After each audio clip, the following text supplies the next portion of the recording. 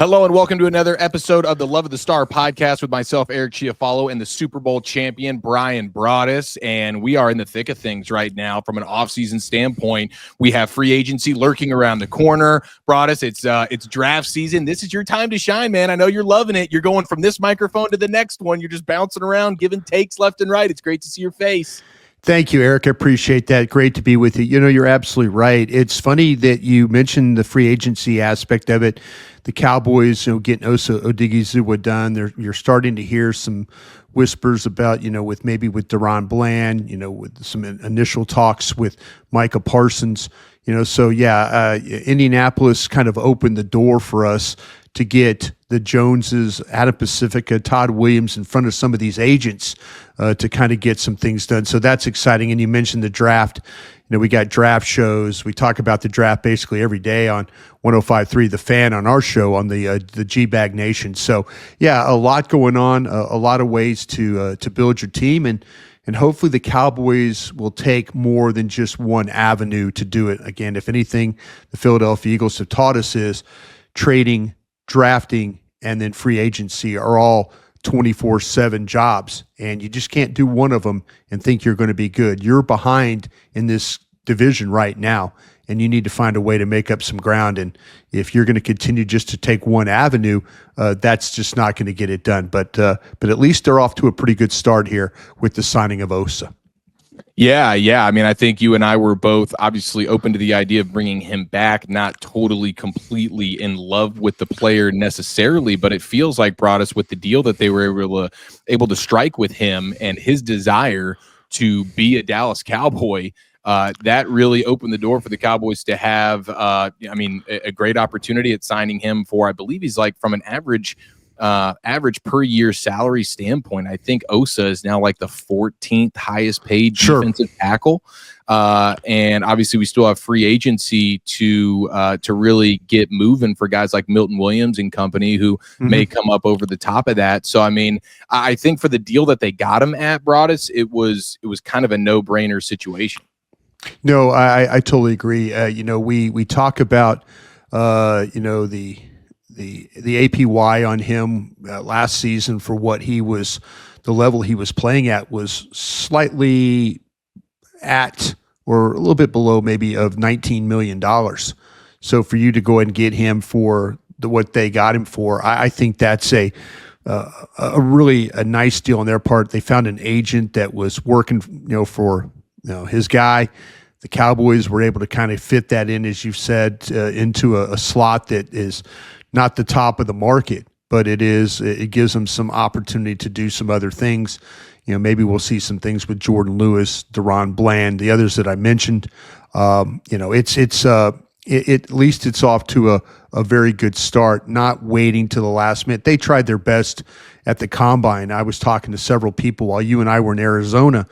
I was talking to people at the Combine, people in the front office with the Cowboys, and they're like, how are things going? And they're like, we're trying it, and they really were pushing to try and get the Osa deal done. And, they were able to get it locked away before they had to get that tag on him, which I think was a relief to everybody. Yeah, 100%. I mean, now you're looking at, the tag would have been really a non-starter for me unless you just knew that you were going to end up getting a deal done for him. Right. But $25.1 million on the cap would have been absolutely awful. But they end up settling 4 years, $80 million, $58 million guaranteed, $20 million signing bonus. So he's happy. He's made some big money, but could have made bigger money on the open market if he was a guy that was just going to be a money mercenary. I think Osa. I know the Cleveland Browns were a team, Broaddus, that you mentioned that had some legit interest in him. I'm sure there's a handful of others as well that, he could have probably gotten 5, 6, $7 million more per year had he entered the market, but he really wanted to be a Dallas Cowboy. And that's one of those where, hey, good on him, because the Cowboys now get to take advantage of that. And that's a very palatable contract for a guy who's still only 26 years old. The pressure rate was pretty ridiculous this past season, over 12%. You don't see that on the interior very often. His QB hits, his QB pressures, all that kind of stuff was really, really up there. We know the need for a guy like this in the Eberflus system. So if you're telling me that you didn't overpay, you didn't reset the market by any stretch, then okay, let's do it. He's a solid player, and I think you just paid him solid money, not not top of the market money. So yeah. I think the point you just made about Eberflus, I think this is the first big influence that maybe we've seen from this coaching staff. And, Matt Eberflus initially was in the Rob Ryan administration where he was an odd front, a 3-4 front. That kind of a system was what he was brought up in and taught.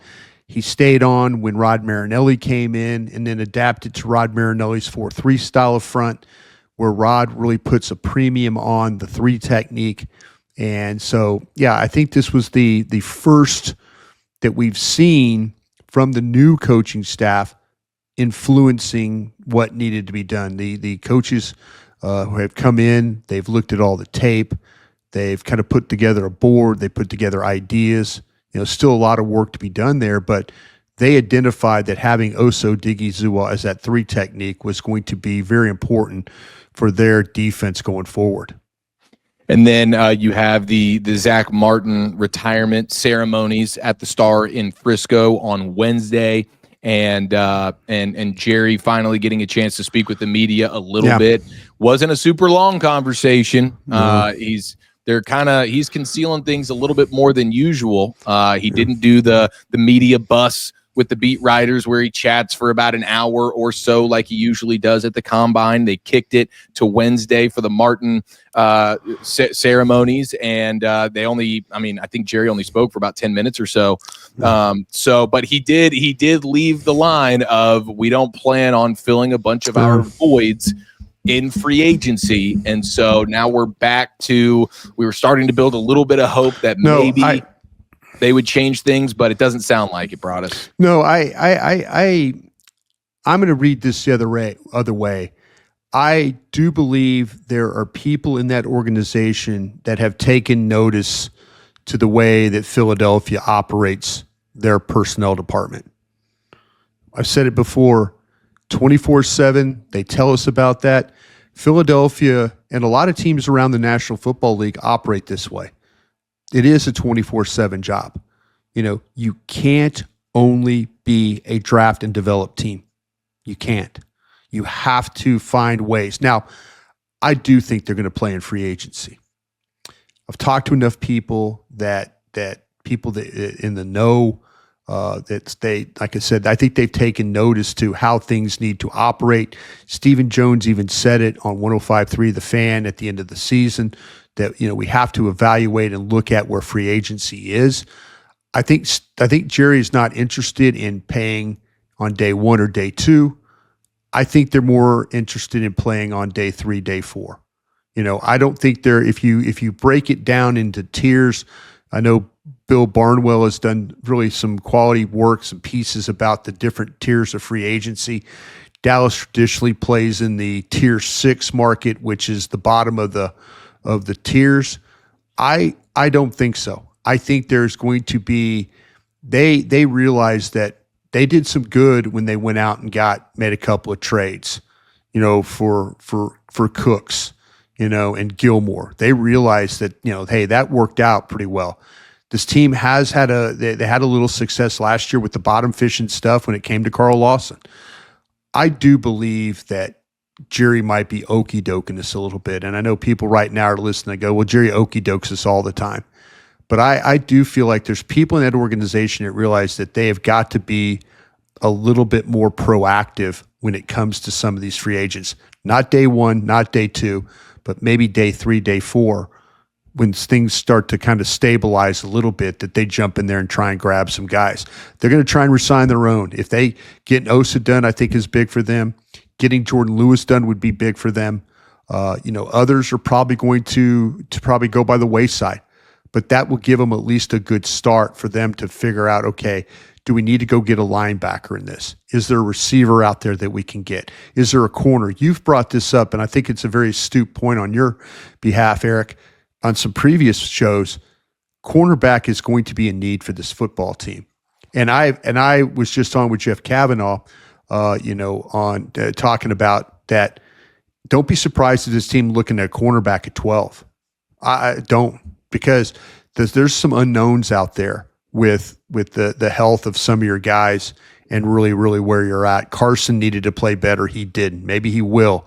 I don't know if you could take that chance. I think you're going to have to go out and do some things. So free agency at corner and even in the draft at corner, linebacker is going to be an absolute must as well. So I would anticipate Dallas being somewhat aggressive. They said it. They're talking about their plan of attack. I don't think it's just, hey, I'm not going to fill holes. I think they are. I think people in that organization realize they have to do better than that. Well, that's extremely encouraging then. I appreciate you sharing that, because if they're going to go from being a bottom feeder clearance rack, just a tier 6 type of free agent like you mentioned, as they've been for a while now, if they're going to bump that up to playing in the tier 3 area, now all of a sudden you can actually start to imagine. I get why they don't want to play at the super, super top premium tier of free agency, because that's where you can get yourself into some trouble, especially when you already have some really high, like top end wise for the Cowboys with Dak, with Lamb, with what we presume about to be Micah Parsons. Like you've got some top tier, top of the market premium positions already paid for. So I get why you wouldn't want to necessarily swing for the fences in a free agency class that's not really loaded either. It's not like there's a bunch of guys tier 1 that are complete needle movers for teams. So I get them wanting to be a tier 3 situation is still a huge step in the right direction as a Cowboys fan. And that's encouraging because they do have plenty of holes to fill as well. It's not like, hey, one big swing in free agency is going to solve a bunch of problems. Their entire defense, you just mentioned it. I mean, even bringing Osa back, you still have holes on the D-line, linebackers, and the secondary. So I think they got to really pepper this defense and get some bodies in there. You mentioned Jordan Lewis. Are you feeling encouraged that that's something that they're going to be able to retain him? I'm encouraged from the fact that I know that they're going to work on it and try to get that done. Now, you can't lowball him, but you can make it worthwhile for him. But if you look at a lot of these lists, and a lot of these lists don't have him as a top 75 guy or a top 50 guy or whatever, does that play in Dallas's favor? Sure. I do believe, though, that these pro personnel directors, these guys and gals that watch tape every year, probably have him in their list and their ideas. How bad does Jordan Lewis want to be here? Does he want to keep playing here? If he does, absolutely. I think they got a shot at getting him. But he also might feel like, listen, don't disrespect me. He was one of the better players on a defense that really, really struggled the first half of the season, got better at the end. But I think that they're going to try and get the Jordan Lewis deal done. Like I say, the secondary, they realize Bland, with Lewis, they've got some. If they can knock out a couple of those, man, that would go a long way. But they have to respect Jordan Lewis. I do think he wants to be here, but they understand what they've got in that particular player. Yeah, Lewis is off probably his best season as a pro. He was your most consistent defender all season long. Micah, of course, is your best defender. He's a game wrecker, but he missed plenty of games this year due to injury as well. Most consistent, it was Jordan Lewis, and that's a premium position. The nickel corner spot, very, very challenging to have a guy in there that is tough enough to be a run fitter and also good enough in coverage to go man up in the slot and do some things that you have to do from that standpoint. Plus the blitz factor. I mean, there's just so many things. You want that to be a Swiss Army type of dude, and Jordan Lewis got that dog in him, man. I would love to see them bring him back. I do want to talk some draft stuff with you, and we'll of course get to that. But you mentioned Deron Bland. I'm not familiar. What do you have on Deron Bland? Do you think they might try to get ahead of this thing with him? He's got 1 year left on the deal. I think they're going to try and get ahead of this. It just seems like to me that there's a lot of focus on now. They think that Micah Parsons might be the next, but it sounds to me some of the whispers coming out of the Star that they're going to make a legitimate effort to try and get a Bland extension done before they have to get into next season, and then it turns into kind of either we have to get this done or we have to tag him. So I think there's a little bit some proactive work going on here. Well, I love that because that's not a word we usually hear associated with the Cowboys very often, being proactive. And the times they've unfortunately, I mean, we'll see with Terrence Steele. I think that could still end up working out with the new coaches that they're bringing in. But it's been a little bit underwhelming with him. And then especially guys like Jalen Smith, Ezekiel Elliott, we could go on and on of guys that they got to a little bit early and it didn't work out for them. I do think Deron Bland is the perfect case of, man, this is not a guy who was a high draft pick. He hasn't made a ton of money in his career. He just saw how quickly in the snap of a finger it can get away from you with an injury. And so I think he's the perfect guy to come to with not a low ball offer, so to speak, but nowhere close to a market setting type deal. And he might say, you know what, just having that security, it's worth it for me because I haven't made first round money. So let me go ahead and lock this thing in and it can be a win-win situation. And he's the type of guy, I mean, as a worker, as a character dude, as a dog on the field, we know about the versatility of him being able to play in the nickel like he did his rookie year. So that would definitely be a guy that I'd be interested in them getting ahead on. So that's good to hear that they might be doing that. All right, it's the Love of the Star podcast. Love of the Star podcast is an Odyssey podcast, and you can find it on the Odyssey app or wherever you get your podcasts. Now, let's go ahead and dive into the Dean Julia mailbag, Broadus. We got some great questions from our wonderful listeners, and we can start with our buddy Brandon Laurie, who asked the question, if the Cowboys don't sign a starting linebacker in free agency, does Jihad Campbell become even more likely at 12th overall? Do you think they're seriously considering taking a linebacker at 12? Is that something that's on the table? I think to me that linebacker would be in play. I think it's going to be more of an earlier thing. When I say early, I mean more like 44 than 12. I think the one position, like I mentioned earlier, I think corner is one we have to be ready for.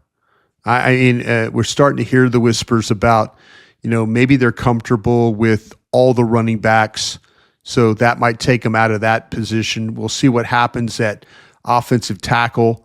That could be something that they would surely consider. I know that they like the guys that they have currently and trying to keep to working with those guys if they can. But the linebacker situation, I think if you're going to do linebacker, you're going to have to do it early in this draft. I don't see it. Like I say, you could probably get down into the third, fourth round. Yeah, Dallas has a third round pick. They don't have a 4. There's some quality linebackers that's going to be had on day 3 early in that draft. And Dallas doesn't have that pick right now. So you might have to go at 44. I kind of earmarked that for a defensive tackle, but it might have to be one of those linebackers early in that. But Campbell, I think, would be a consideration. I don't think it'd be a strong consideration. Okay. Now, that's a guy that you like, though, right? Yeah, I mean, I do. He's a stud. Absolutely. Yeah, I like. Now, I think there's people. I personally like Walker from Georgia, and I know talking to people around the league, my scouting buddies and stuff like that, and where they're talking about Walker is as an inside linebacker, and being like a inside linebacker than a rusher when needed. He's 6'1", he's 243 pounds. He's got the frame for the linebacker. He's played inside and outside his career at Georgia. He's a 3-down linebacker. I mean, he's got exceptional athletic ability. He can really move for his size. High motor, high effort. If you've watched the Texas game, you could see him blitz. You could see him problems. The first Texas game that they played in Austin, he is a guy that a lot of NFL scouts believe can play off-ball linebacker and then give you the Micah Parsons rush ability. And so that's why maybe that would be a consideration, more so that consideration at 12. That would be, for me, more so than Campbell. But that's not to say that Campbell, there's a lot of qualities about Campbell that I really, really like. I just feel like that Jalen Walker gives you that edge rush ability as well as playing off-ball linebacker. Yeah. I think there's a big-time boomer bust potential with a guy like Jalen Walker, and it's interesting to see the difference in opinions on him. Somebody like Dane Brugler has him, I believe, as his 3rd best player in this draft, certainly top 5, and then other people have him closer to like the 15th or 16th best player in this draft. Yeah. See, they're trying to figure out a spot for him, Eric. And like I said, these NFL scouts, they're worried about him. If you play him every down at edge, is he going to get wore down? Is he going to be less effective? And they feel like, though, play him an off-ball linebacker, let him do that stuff. But on third down, if you want to bring him as part of nickel packages and stuff like that, put his hand on the ground and let him rush, you've got a guy that's ready-made to do that. He's proven he can do that. You've actually seen more film of him doing that than you've seen Micah Parsons when he came out of Penn State several years ago. There you go. So like the instincts, you feel like he's got that capability, huh? High IQ player. This kid is and again, people freak out when I call them kids. This player he comes from a football family.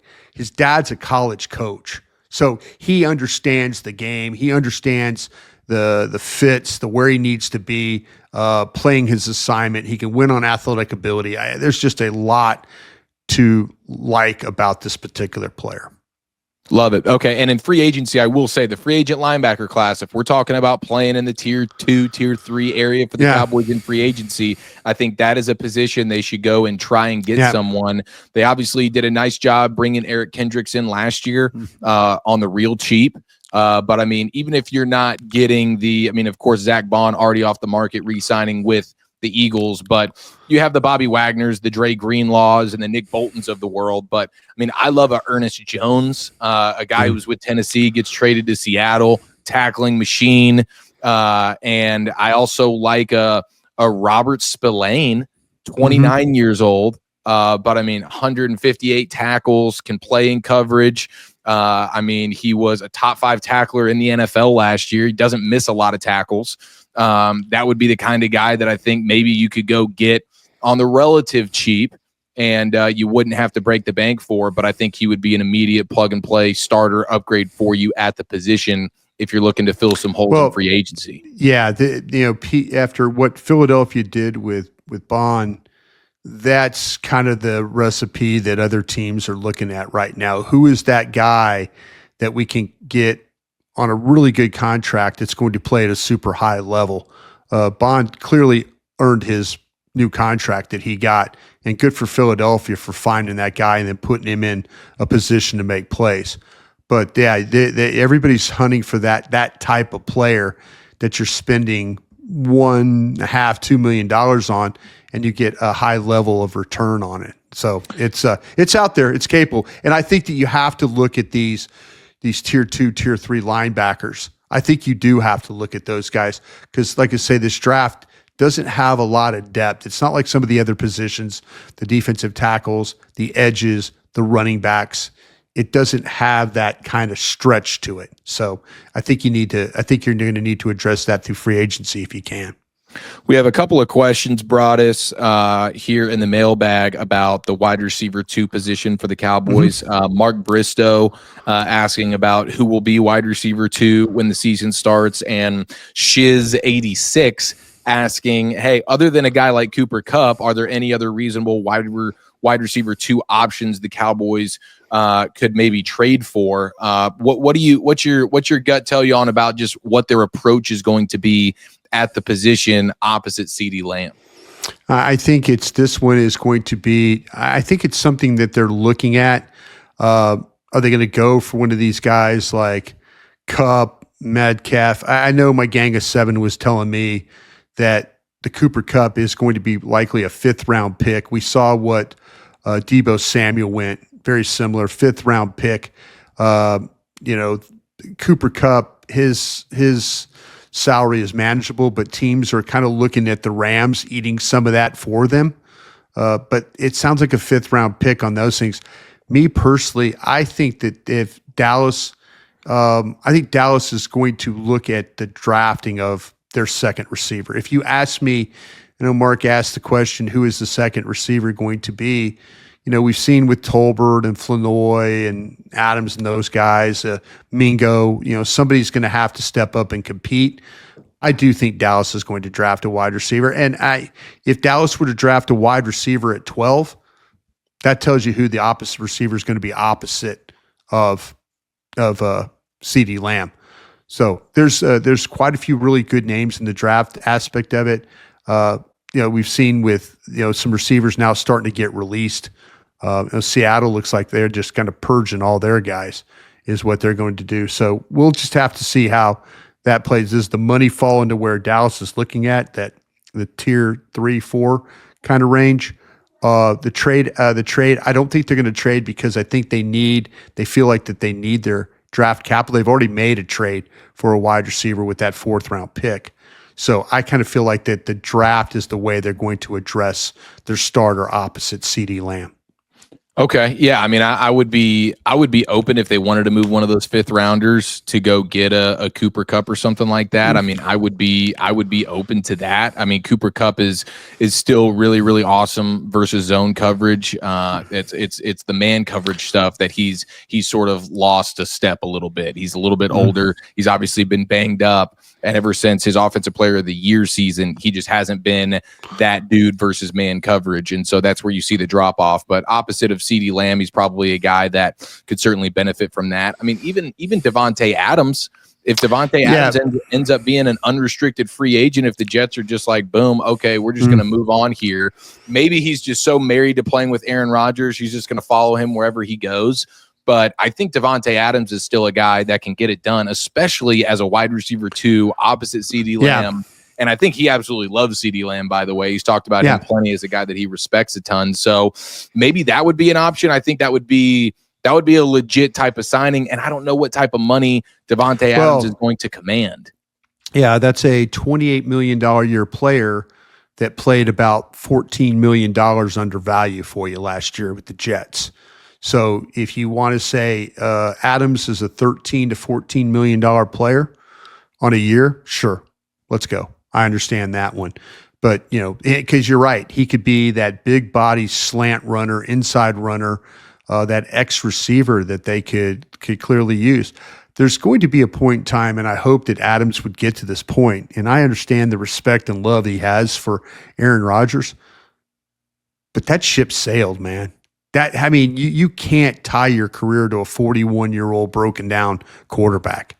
I think Adams needs to, if he gets into free agency, I think he needs to find a way to get with a team that will once again use him in a way, get him the ball like he needs it, in the red zone or those slants, get the first downs, things like that.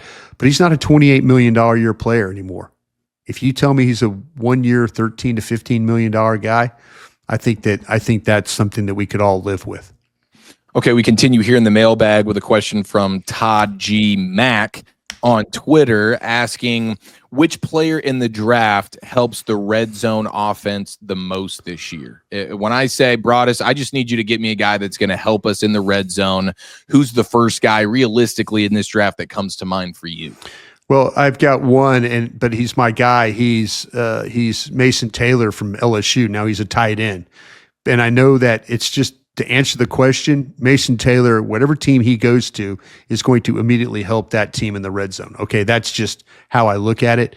But you've got to look at guys like, if you say we're to draft Matthew Golden from Texas, he helps you that way. Besh from TCU helps you that way.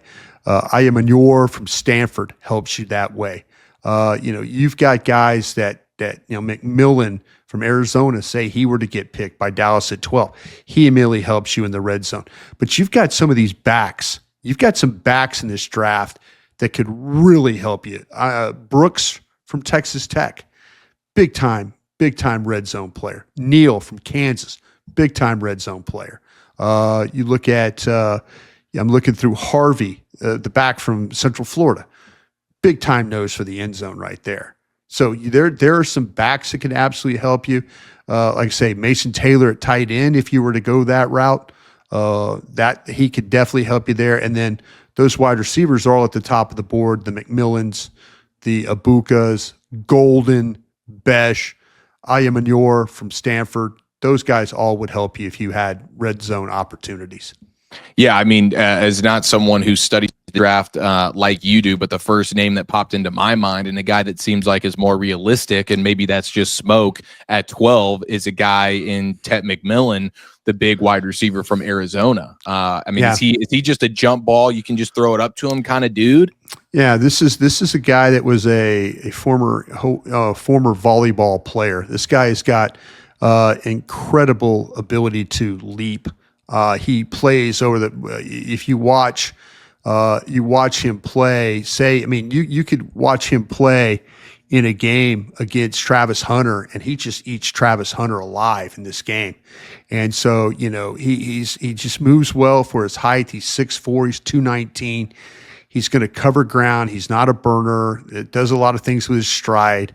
He catches the ball really, really well on the move. And so he's a weapon when he's working the middle of the field because he has a feeling of how to execute those types of routes.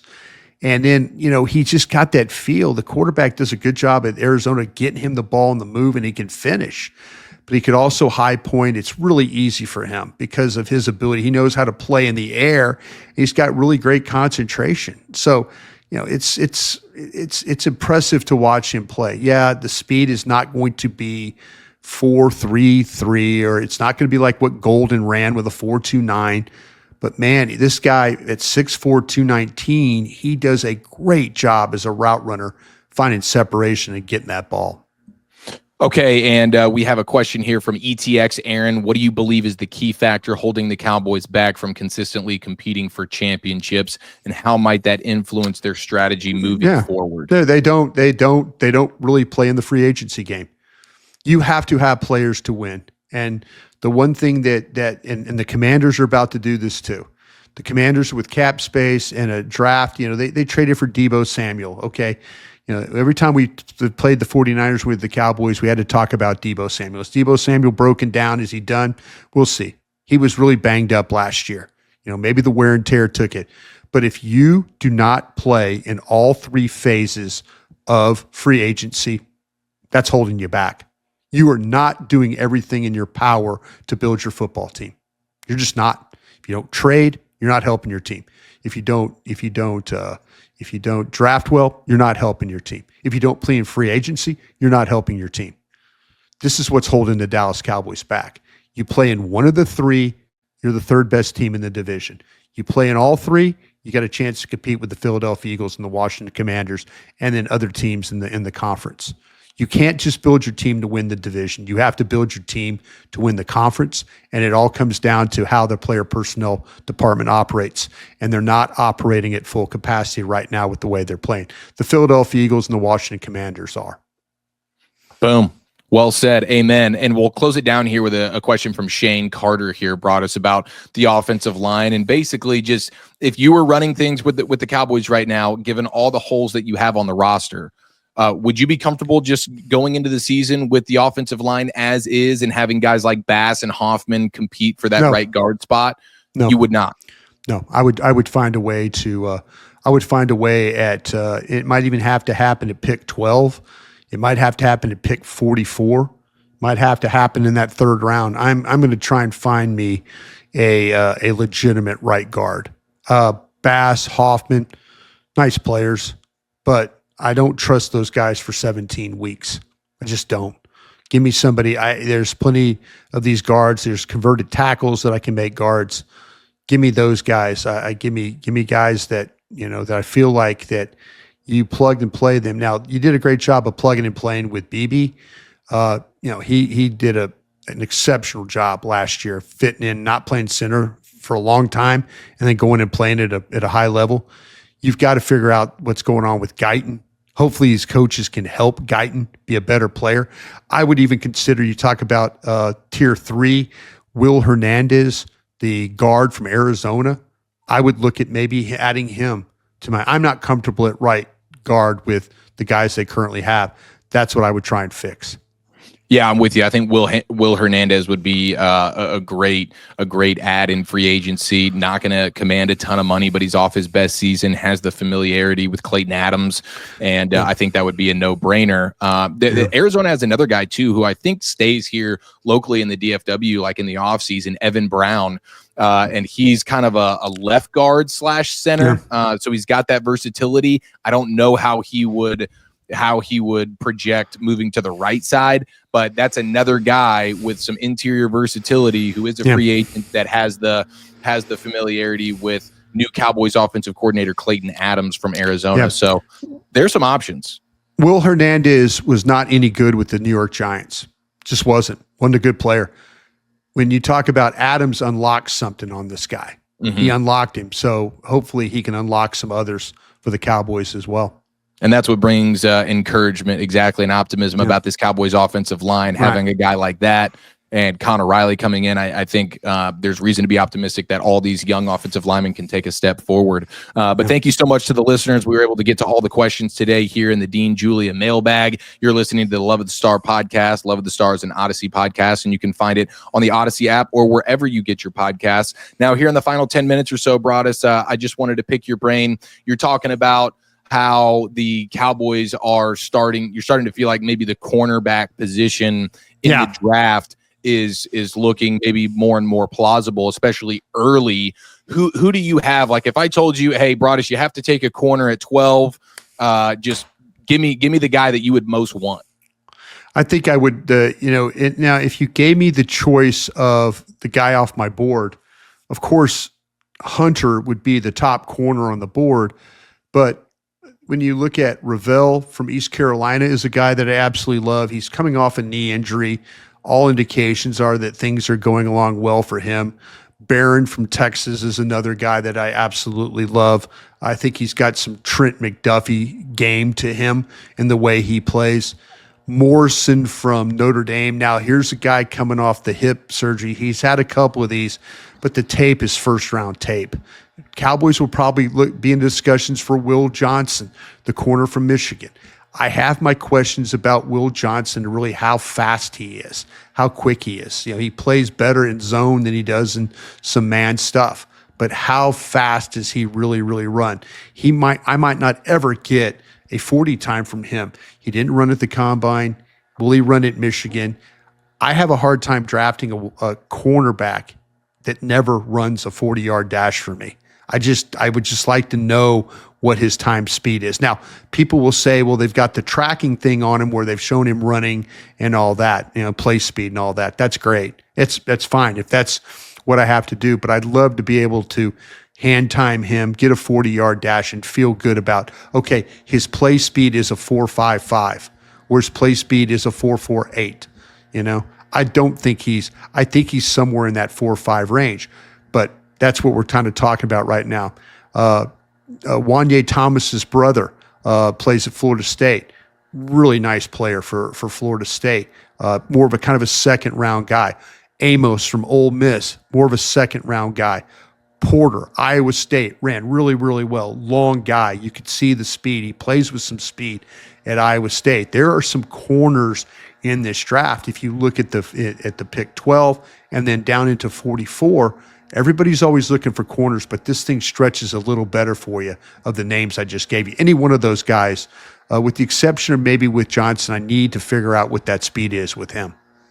Yeah, that's interesting. It seems like 3 of your top 5 guys outside of Hunter and Barron are all coming off of some sort of injury. Sort of injury, yeah, some sort. And that's a tough thing to maneuver, especially at 12. I love Jahdae Barron. I know he doesn't meet all of the physical qualifications from a size and length standpoint with the arms and whatnot, but he ran the 4.4 flat 40 at the combine. And I mean, the tape I know speaks for itself. Just watching Texas play this year, he was a guy that was just shutting dudes down. And I think he's a man corner and a nickel, man and zone, and boundary or nickel. I mean, I think the versatility factor with this dude, I mean, me personally, I would love a Jahdae Barron selection for the Cowboys at 12, especially because from an injury standpoint, he's cleaner than some of these other guys. Absolutely. And he's played in some really, really big games. If you watch with the situation with the playoffs and stuff like that. But the thing about it is, this guy, he's just not afraid for his size, for the 5'11", 194. He's not afraid to mix it up. He really, really is. I mean, he plays with a very high football IQ. He's loose, as you mentioned, in the hips, the change of direction, the mirror of the receivers, the in-breaking routes. He made a really nice play in the Georgia game, in the SEC championship game, driving on an inside route. You show me a corner that can defend inside routes, I'll be with that guy all day. This is a quick twitched athlete who's got some explosive closing speed when he's in the games. Yeah, and I wonder if a guy like that, if they end up bringing back Jordan Lewis in free agency, if maybe they would say, okay, that's less of a need now, but I still think need corners. Corners and linebackers, linebackers, defensive linemen. You could draft, even if you're bringing guys, signing guys, you could draft all those positions, and that would help your team. Okay, and then finally here, we got the reports from, our own Bobby Belt at 105.3 The Fan and John Machota. It seemed like a lot of the whispers coming out of the combine was that the Cowboys may be not so inclined to go running back super early, like a first-round pick. Are they going to be playing with some fire there? I know a lot of those running backs showed up to the combine and really impressed. How much are these guys going to get pushed up the board now? Do you think they're going to be playing with fire if they don't take one at 12 or 44? Yeah, I think that, to me, it'll stretch now. You're going to have to, if they don't take one in the first or the second, now you're starting to play with fire and going into the third. And going into the third, there are going to be some names there, whether it's Sampson from Tennessee, Junkins from Ohio State. I know people probably have him a little earlier. Blue from Texas, Smith from SMU, Scadaboo. I know that people probably think Scadaboo's a second-round guy. Harvey from Central Florida, I mentioned him. This running back room stretches pretty deep, but I'm not going to sit there and say, if you don't take one at the 1 or the 2, that, okay, wait till day 3 and take one in the 5th round. You need to grab one in the 3rd round. To me, that's the latest that I would look at a running back right now. It is a good group, but man, the quality of the running back in the 3rd round of those guys that I mentioned are all outstanding. Well, we'll see what they do. It seems like their goal, if they have it their way, they'll bring back Rico Dowdle on a team-friendly sort of deal, and then that gives them, that alleviates the pressure to have to reach for a running back maybe in the 1st or 2nd round. But I would be comfortable, Broadus, if you told me they were able to get one of these backs in the 3rd round and they were able to get Rico Dowdle there you go. On a team-friendly deal. And now you have 2 guys, Rico, and hopefully that guy in the 3rd round brings a little bit more juice, home run speed, and be a little bit more of the lightning to Rico's thunder. But Rico showed enough that he's quality. As long as he stays healthy, he's quality. And if you bring him back and then you draft a guy in the 3rd round, I think you could go into the season feeling pretty comfortable. Absolutely. That would be a really nice plan if they could pull it off that way. Now, I just want to mention one other name here because Joey Bosa has just been cut by the LA Chargers, and he's obviously a household name as an edge rusher in the NFL for many years. The injury history is well documented. Not a guy you can really depend on, but I do wonder if the Cowboys, if they can get him on a team-friendly deal. You're shaking your head no. Just as a situational pass rusher, I think that's all he is at this point. Yeah, I have. If you told me Joey Bosa or like a Nick Bolton or some one of these linebackers that you mentioned earlier, no, I'm earmarking my money for this is a deep draft for tackles, defensive tackles, and edges, and to me, I don't need the often injured guy dealing with hamstrings and quads and this and that and the other. No, I'm not going to do that. Like I said, that to me screams that screams problems to me. I would rather draft a kid or just go ahead and earmark that money for a linebacker that I know can play down in, down out, and play multiple games. Yeah. No, you painted that picture pretty well. And I have to say, I agree with you, unless it was a crazy team-friendly deal and you have the perfect situational role for him. But I'm sure there's a team that'll throw some money at him just because he's a name. And he'll be inactive week 3, 4, and 5. Yeah, and probably 6 and 7 and 8 as well. Yeah. All right. Well, that'll do it for today's episode of the Love of the Star podcast. Broadus, thank you so very much. Thank I'm you. Eric Chiafalo with the G-Bag Nation. Broadus, the Super Bowl champion. We'll be back on Saturday with the Love of the Star podcast, free agent primer, and all things Cowboys. Broadus is all over this draft, so he'll have more and more nuggets for us, and we'll hit you with that on Saturday. Until then, be well.